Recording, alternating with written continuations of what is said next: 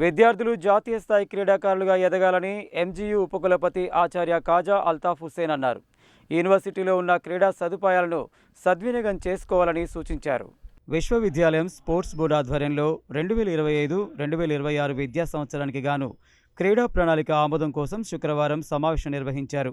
Sports board secretary doctor Harish Kumar ఆధ్వర్యంలో నిర్వహించిన సమావేశానికి ముఖ్య అతిథిగా విశ్వవిద్యాలయ స్పోర్ట్స్ బోర్డు చైర్మన్ మరియు ఉపకులపతి ఆచార్య ఖాజా అల్తాఫ్ హుస్సేన్ హాజరై ఎజెండాను ప్రవేశపెట్టి ఒక్కొక్కటిగా చర్చించి ఆమోదించారు. ఈ సందర్భంగా ఆయన మాట్లాడుతూ విశ్వవిద్యాలయంలో జాతీయ స్థాయి ప్రమాణాలతో క్రీడా ప్రాంగణాలను అభివృద్ధి చేశామని, వాటిని సద్వినియోగం చేసుకుని జాతీయ స్థాయి క్రీడాకారులుగా తీర్చిదిద్దాలన్నారు. రాబో రోజుల్లో రాష్ట్ర, జాతీయ స్థాయి క్రీడల నిర్వహణ అవకాశాలను పరిశీలిస్తున్నట్లు తెలిపారు.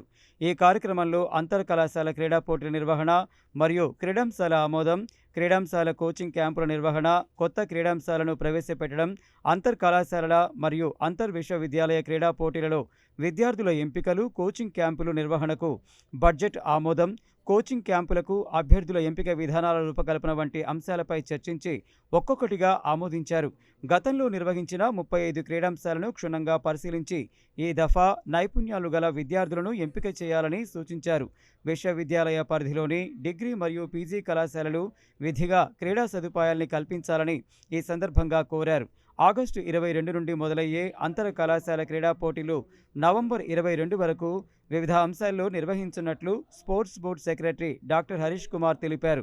ఈ కార్యక్రమంలో registrar Acharya Aluvala Ravi, physical education board of studies chairman Acharya Rajesh Kumar, physical education department అధ్యాపకులు doctor R Murali, doctor Srinivasa Reddy, sports board సభ్యులు doctor Sridevi, doctor K Prem Sagar, doctor Miryala Ramesh, coordinator Shivashankar, ఫ్రాన్సిస్తో పాటు వివిధ కళాశాలల పీడీలు పాల్గొన్నారు.